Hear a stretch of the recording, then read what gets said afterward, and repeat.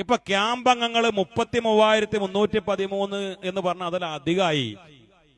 ഇവരെയൊക്കെ വിളിച്ചു, ഓരോരുത്തരെ വിളിച്ചു. ഇത് മുമ്പത്തെ പഴയ പോലത്തെ ബാഗും തൂക്കി കിടന്നുറങ്ങാൻ പോണ ക്യാമ്പല്ല, അത് മനസ്സിലാക്കണം. ഈ 33,313 ആളുകളോട് ഓരോ ദിവസം ഓരോ ടാസ്കുകൾ കൊടുത്തുകൊണ്ടിരിക്കുകയാണ്. എന്താ പറയുന്നത്? അവരുടെയൊക്കെ വാട്സപ്പ് ഗ്രൂപ്പുണ്ട്, ലീഡർമാരുണ്ട്, 2 ഉപലീഡർമാരുണ്ട്. അത് ചെയ്തോന്ന് ചോദിക്കാണ്, ഉറപ്പുവരുത്താണ്. അവരോട് പറഞ്ഞു, നിങ്ങൾ എല്ലാവരും ഒരു ഭക്ഷണ കിറ്റ് ഏതെങ്കിലും സാധുവിന് കൊടുക്കണം ക്യാമ്പിന് വരുന്നതിന് മുമ്പ്. ചില ആളുകൾ പറഞ്ഞു, ഞാൻ 1 അല്ല 100 കിറ്റ് കൊടുക്കുകയാണ്. ഒരു ക്യാമ്പ് അംഗം ഇന്നലെ എന്നെ വിളിച്ചിട്ട് പറഞ്ഞു, ഉസ്താദെ എന്റെ വീട്ടിൽ വെച്ച് 100 കിറ്റ് കൊടുക്കാൻ തീരുമാനിച്ചു, നിങ്ങളൊന്ന് വരുമോ എന്ന് ചോദിച്ചിട്ട്.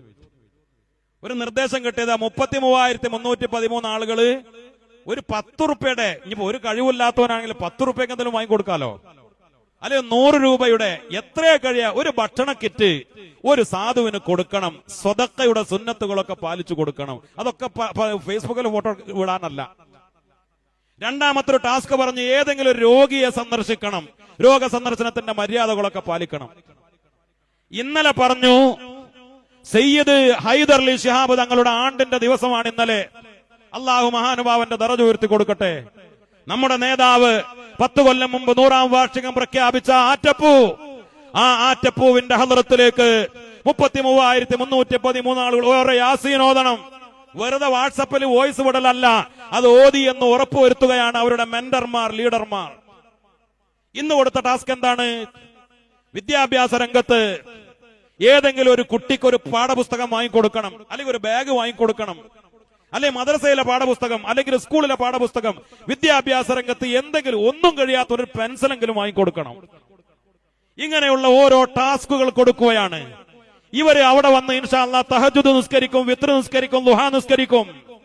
33,313 യാസീനോതും, 3,313 ഖത്തം തീർക്കും, ഹദ്ദാദ് ചൊല്ലും. ഇങ്ങനെയുള്ള ക്യാമ്പാ. ഞാൻ ഇന്ന് അഷ്റഫിനെ വിളിച്ച് ഒരു റെക്കമെൻഡ് നടത്തി നോക്കി, പക്ഷെ നടന്നില്ല. കാരണം ചില ആളുകൾ ക്യാമ്പിൽ ചേർക്കുമെന്ന് ചോദിച്ചിട്ട് ഒരു നിവൃത്തിയില്ല എന്നാ പറഞ്ഞു. എന്താ ചെയ്യാ? ക്ലോസ്ഡ്. ഇനി ഒരാളെ ഇതിനിടയിൽ എല്ലാരും വിളിച്ചു, നമ്മുടെ കുട്ടികള്.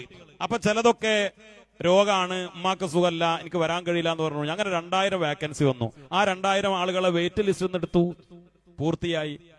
ഇപ്പൊ പിന്നെ അവസാനം തീരുമാനം എന്താണ്? ഇനി അങ്ങനെ രജിസ്റ്റർ ചെയ്യാത്ത ആളുകളെ ബാക്കിൽ ഇൻഷാ അല്ലാഹ് അവർക്ക് ഇരിക്കാനുള്ള ഒരു സൗകര്യം ചെയ്തു കൊടുക്കും. ക്യാമ്പ് അംഗങ്ങളുടെ ആനുകൂല്യങ്ങളൊന്നും ഉണ്ടാവില്ല. ഇങ്ങനെ ഒരു ക്യാമ്പ് റെക്കോർഡായിരിക്കുമെന്ന് മനസ്സിലാക്കണം.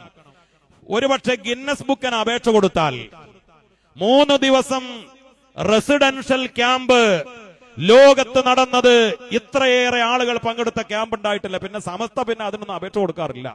ഇനി ആരെങ്കിലുമൊക്കെ സമസ്തക്ക് വേണ്ടി അപേക്ഷ കൊടുത്താൽ അത് ഗിന്നസ് റെക്കോർഡായിരിക്കും. സമസ്തയുടെ ക്യാമ്പ്, സമസ്തയുടെ മഹാസമ്മേളനം, ഇതൊരു ചരിത്രമാണ്.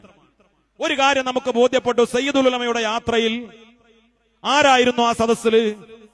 ഇതൊക്കെ 100 കൊല്ലം പഴകിപ്പൊളിച്ച ഒരു സംഘടനയാണ്. കുറെ മൊല്ലാക്കന്മാരുടെ, കുറെ പ്രായമുള്ള കാരണവന്മാരുടെ എന്ന് മനസ്സിലാക്കിയ നിങ്ങൾക്ക് തെറ്റി. സയ്യിദുൽ ഉലമയെ കന്യാകുമാരി മുതൽ മംഗലാപുരം വരെ സ്വീകരിക്കാൻ വന്നത് ചുറുചുറുക്കുള്ള ചുണക്കുട്ടികളായിരുന്നു. വിദ്യാഭ്യാസമുള്ളവർ. തങ്ങൾ ഉസ്താദിന്റെ കൂടെ ജോലി ലീവാക്കിയിട്ട് എത്ര ഡോക്ടർമാരാണ്, എഞ്ചിനീയർമാരാണ്, വലിയ ഉദ്യോഗസ്ഥന്മാരാണ് 10 ദിവസം ലീവ് എടുത്ത് 1 ദിവസം മുടങ്ങാതെ സഞ്ചരിച്ചത്. ഈ മക്കൾ സമസ്തയുടെ കൂടെയുണ്ട്. അവർ ആഗ്രഹിക്കുന്നു, ഞങ്ങൾക്ക് തഹജ്ജുദ് നിസ്കരിക്കണം, ഞങ്ങൾക്ക് ഹദ്ദാദ് ചൊല്ലണം, ഞങ്ങൾക്ക് മൗലിദ് ഓതണം, നാരിയത്ത് സ്വലാത്ത് ചൊല്ലണം, ഞങ്ങൾക്ക് മുത്തുനബിയെ സ്വപ്നത്തിൽ കാണണം, ഞങ്ങൾക്ക് മുത്തുനബിയെ മരിക്കുന്ന സമയത്ത് കാണണം. കണ്ണിയത്ത് ഉസ്താദ് കണ്ടതുപോലെ, ബഹുമാനപ്പെട്ട ശൈഖുന മഹാനായ മേലാറ്റൂർ കുഞ്ഞാണി ഉസ്താദ് കണ്ടതുപോലെ, നമ്മുടെ മഹാന്മാരായ പല നേതാക്കളും കണ്ടതുപോലെ അല്ലാഹുവിന്റെ റസൂലിനോടുള്ള ഹുബ്ബ് വേണം. അവിടുത്തെ ശഫാഅത്ത് ലഭിക്കണം. ബദരീങ്ങളുടെ ആളുകളാവണം. മജ്ലിസുൻ നൂർ നടത്തണം. ഇതൊക്കെ മോഹിക്കുന്ന യുവതലമുറ, ദീൻ ആഗ്രഹിക്കുന്നവർ, മറ്റ് ഭൗതിക താല്പര്യമില്ലാത്തവർ സമസ്തയുടെ കൂടെ കൂടുന്നത് അതിനു വേണ്ടിയാ.